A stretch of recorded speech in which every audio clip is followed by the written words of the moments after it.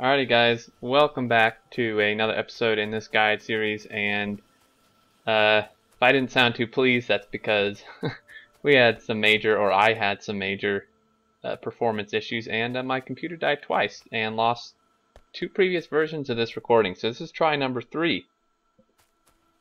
We built a lot while we were doing all that. We basically built the entirety of the Blue Science build. We finished up the oil build, but we completed advanced oil, so we got to work on switching that over to a better system. Yeah. I marked room for expansion for the green circuits. We'll need to do that here pretty shortly. Alright, so Blue Science isn't as hard as you'd think. Hopefully. We have two belts here. One side of each belt is dedicated to a product. So I put steel and smart inserters on one belt and batteries and red circuits on the other. Now I'm looking at the ingredients for Blue Science. They take 12 seconds to craft, so our base rate is 1 per second, so we need 12 assembly machines for the Blue Science. Sorry, I probably said circuits there. Well, either way, yeah. So we need, You're right, you know, though. 7 to 10 steel smelters to produce enough. We need that one smart inserter chain, one advanced circuit per second, and one battery per second.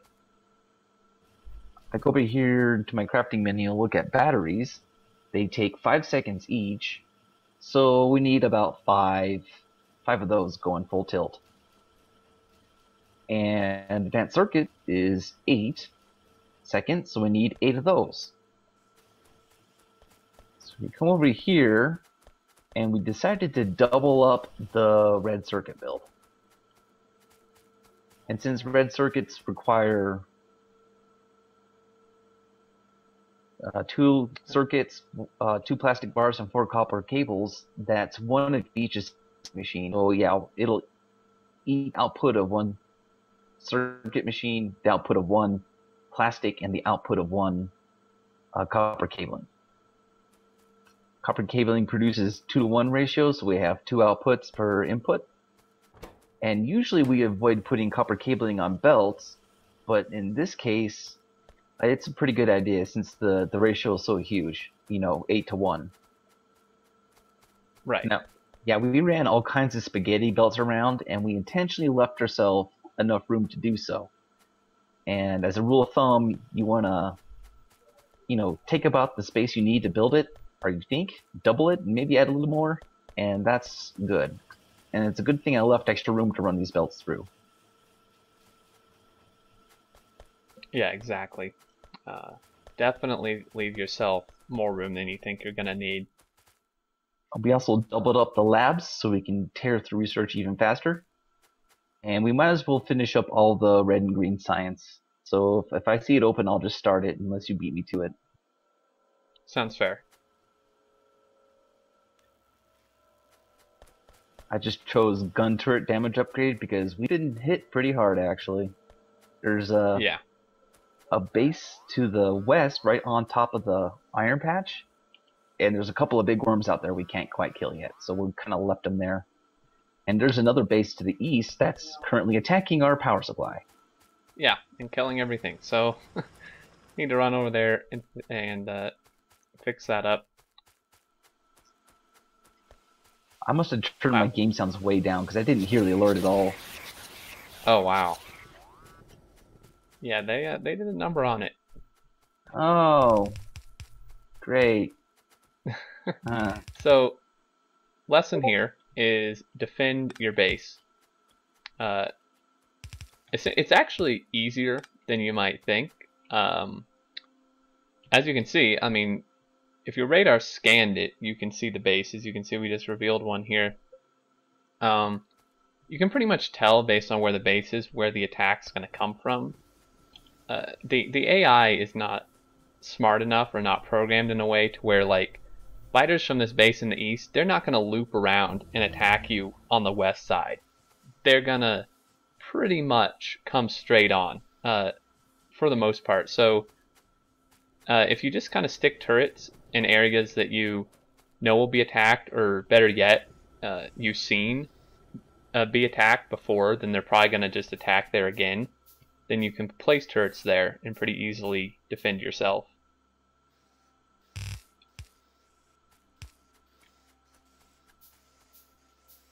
We've just been lazy and haven't done it, and that's that's why we have this problem. But MadZuri's put some turrets down, so we should be good. Hopefully. Yeah. Alright, it looks like everything's running. Yeah, looks like we're about good here. Now 30 steam engines, and one thing I think I covered in all the videos that got lost is that make sure that all your power cables here with your steam engines are actually connected together into your main power network, because it can be pretty easy to like accidentally miss a connection, and then like half of your steam engines aren't actually connected to your network and doing nothing. And yeah, so just make sure everything's connected here, which they are, so we're good. You can see we've also merged in solid fuel. The fuel value for solid fuel is far higher, about 3 times that of coal, so it's going to last way longer. And yeah, so we've also expanded copper a lot.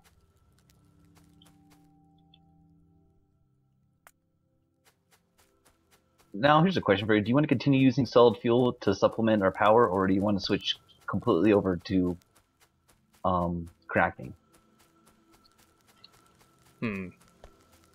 I would almost say switch to cracking, just because I think we still have a lack of petroleum for what we need. Yeah, we're definitely still lacking it. So yeah, with advanced oil processing, we went over it a little bit when we set it up. It gives you a different recipe, but then it also allows you to crack. And what we're going to do here is we're going to be cracking light oil into solid fuel, or not solid fuel, sorry, into petroleum gas. So we're going to take 3 light oil and some water and turn it into 2 petroleum. So that's going to be pretty helpful to our petroleum input here.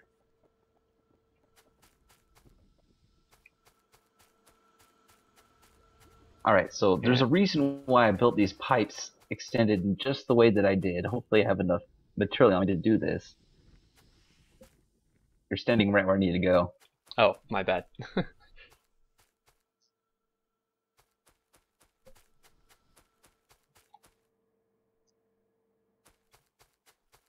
gonna go grab some more pipes. Yeah, we can use the underground pipe to connect these in a very clean way, and clean is good. We like clean. Yeah, clean is very good with pipes, especially. It is an absolute nightmare if you ever cross-contaminate some pipes. It's just a mess to clean up. You have to tear everything down or use steam engines to dry out the lines, and it's just a pain. Yeah, definitely be careful, but you can see that this works out perfectly the way MadZuri's done it. Staggering these out, each input being longer than the other here, so 3, 2, 1. They connect perfectly without connecting to another liquid type.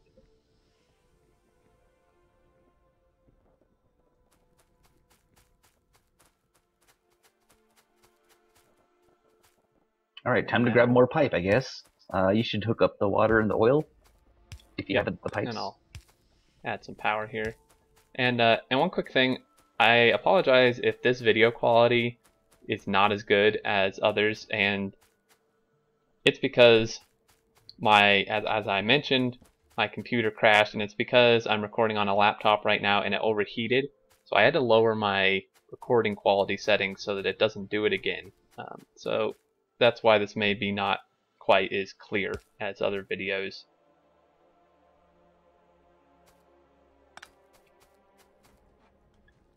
You can see here what I'm going to do is just go underground, and this is also, well, besides the power poles, this is also why MadZuri spaced these out by 1, is so that we can do this as well without issues. because once we get water in here too, now you can see I can underground here. And actually, did we mess up? I think we have to make this move out one, potentially.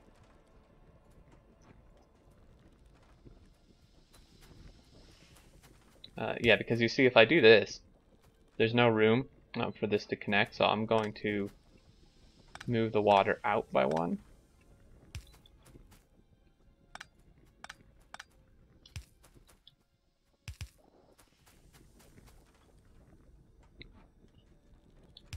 So now I can underground this, and then we'll just run a pipe.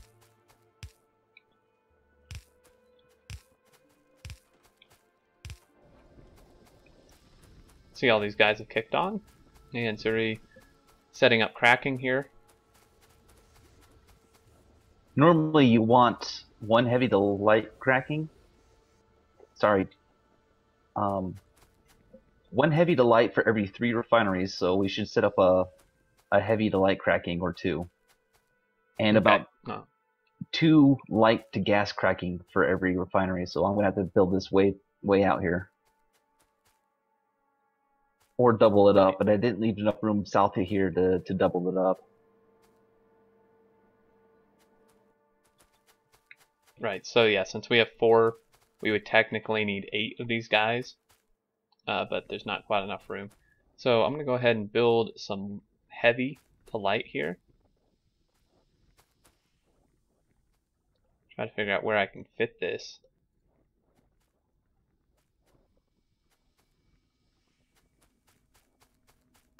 Can I squeeze it in here? I don't think so. No.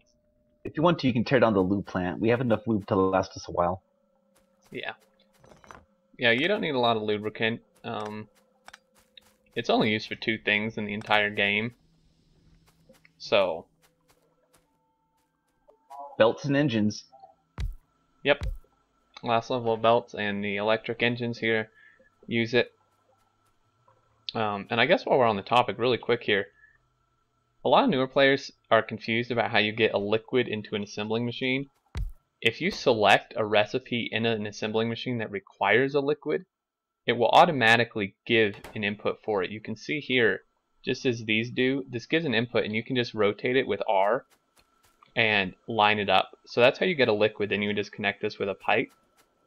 So that's just how you would set that up. So I'm going to set up 2 heavy to light here.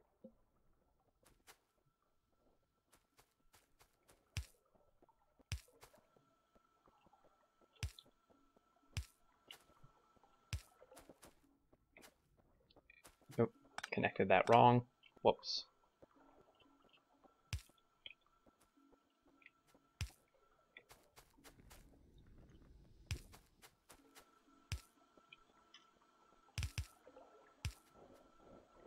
And I guess something else really quick to go over while I completely mess this up is that you can filter stuff on your hotbar. So if you middle mouse click with your mouse wheel, and if you don't have a mouse wheel, just rebind the key in the settings. If you middle mouse click an empty slot, you get a menu here and you can select a filter, whatever you want. And that means that only that type of item can go into this slot. And if you do it over a slot that already has an item, it just sets the filter to that item. You can see there. So that means that only those items can go there. It kind of helps keep things clean. And if you do this and get in the habit, when you go to place something and you're done, if you press Q, it'll automatically send it back to your hotbar or inventory. And if you have a filter slot, it'll put it back into the filtered slot. So this can keep your inventory, or your hotbar at least, because you can't filter your inventory. It'll keep the hotbar nice and organized, and you can clear it with, what's the hotkey again? Forget. Hold on. Control middle click. Control middle click. Okay, yeah. So control middle click will clear a filter. It can be kind of hard to remember. So just a neat trick there. You can do it with cargo wagons as well. And I'm just gonna, I don't know how I'm gonna get this. Ooh, that fits perfectly actually. Totally planned. Of course it is. Always. I moved the plastic down a little bit because we need to double it up anyway. Okay. So yeah, so now we have this heavy going into light and the light going into petroleum. And right now, all these are not running simply because we aren't producing enough oil.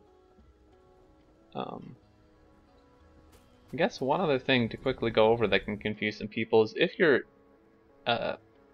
outputs here get backed up, like if we're not using all this and all the pipes get full, if these back up, or even if one of them backs up, right? So let's just say hypothetically our heavy oil backed up in the pipe and the storage in the refinery filled up, the refinery will stop completely. So that's just a quick note that if your refinery is stopped, make sure that you're not just backed up on a resource because that will stop it.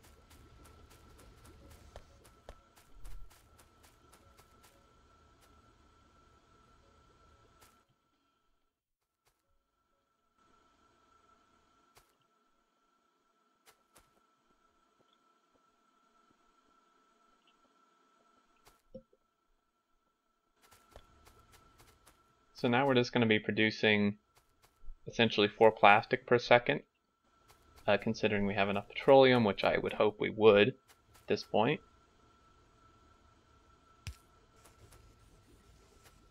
We should be, yeah. Yeah, you can see it's running full pace. Well, I'm actually gonna, if I had enough steel, I'm gonna hook up. Actually, we don't really have any more oil close by, unfortunately. Next closest is way up here. It's also still by the copper line, and we also need to tie in the other copper mine I built. Right. Yeah, okay, so I'm gonna hook up this oil guy here, and I'm gonna need to move this belt just slightly, not a problem.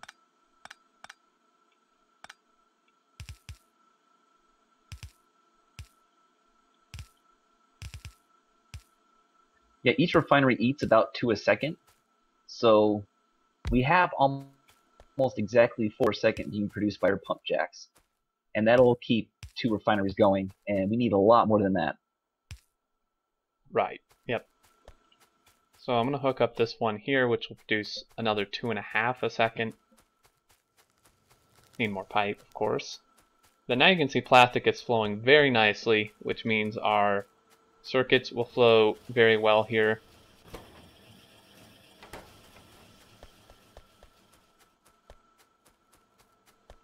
And the blue science is obviously backed up because we're not researching blue science stuff right now.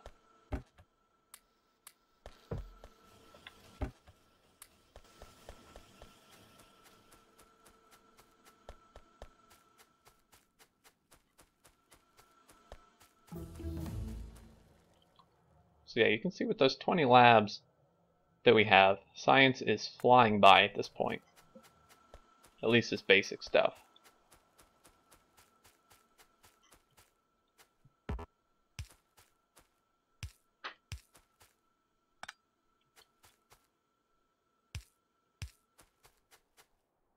Man, I really wish you could have pipes auto-connect like you do with power poles.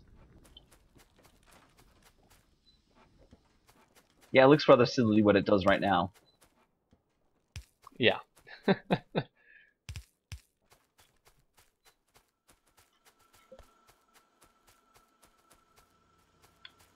and again, I think we went over this in one early episode. You can auto-place power poles at their max length if you click and hold left click and walk. That's what I was referring to. You can see it places them at their max length. Very useful. Pipes don't do that. So you have to manually do it if you, as Zuri said, if you try to do it like that, you're going to end up with this. And, I mean, I guess if you wanted this, it's a massive waste of pipe, but to max them out, you have to do it manually. Alright, yeah, it's expected we have 3 refineries going. This should be Yep. enough to keep our science up and running. Oh yeah, I would think so.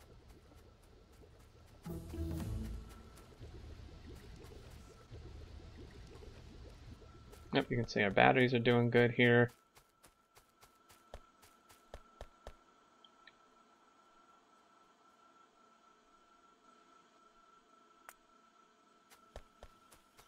And I'm going to go hook up.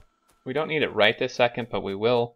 I'm going to hook up this copper we've set up over here, or Zuri set up rather.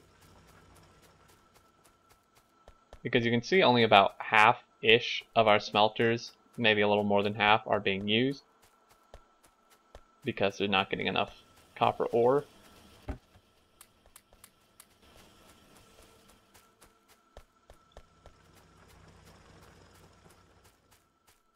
We don't have a problem with green circuits, at least. Yeah, definitely a good thing. We will have to upgrade it probably at some point though, here. Yeah, I intentionally left room to upgrade it.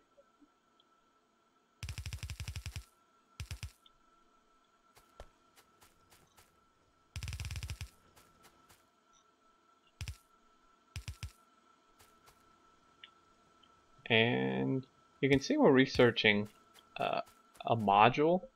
We'll go over it in more detail as we get there, but essentially modules are things you can put into machines to increase their ability, I guess you could say. You can make them faster, you can make them produce extra items, you can reduce their power cost, which is the efficiency of what we just got. So they're super useful, and can be used in a lot of stuff to help you out.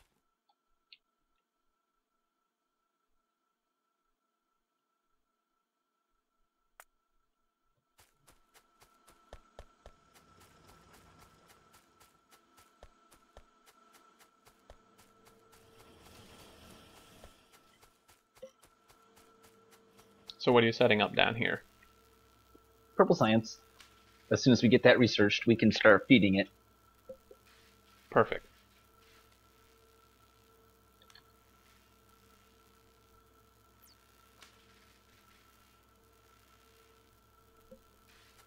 So yeah, alien technology unlocks purple, which requires an alien artifact. You do get, if you notice, you do get 10 science packs per alien artifact though, which is really nice. Otherwise you would need like a gajillion alien artifacts, but we have like 12, so it's like 120, which really isn't that much. Yeah, I've got 12 in there. Hauling them down. Alright.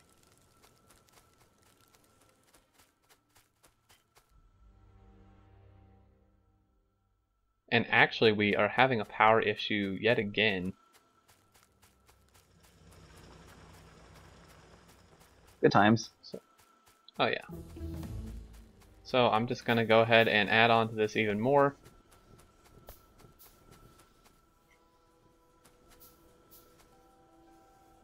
Just copy the setup that we've already done. Do 5 here. And again, just in case anyone's confused or just for some reason tuning in on this episode, best ratio is 1 offshore pump, 14 boilers, and 10 engines, but we're doing half that per setup, so that's why we have 7 boilers and only 5 engines. Still the same ratio, just half.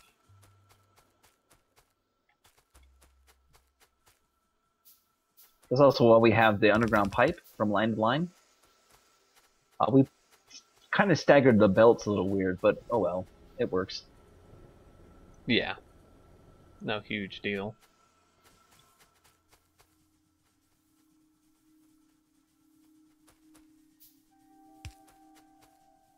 Just line our power poles up here. And we're actually at about 25 minutes. Alright, let's end it before something else happens. Yeah, no kidding. Alrighty, well, yeah, so hopefully next time I will be on my main computer, which won't crash and die, and hopefully some better quality, but I think we're going to end it there, and got quite a bit done. So yeah, Blue Science is done. That's a huge milestone. Definitely a big accomplishment. But till next time, guys, as always, thanks for watching. Hope you enjoyed. If you have questions, leave them down in the comments, and we will see you next time. Catch you later.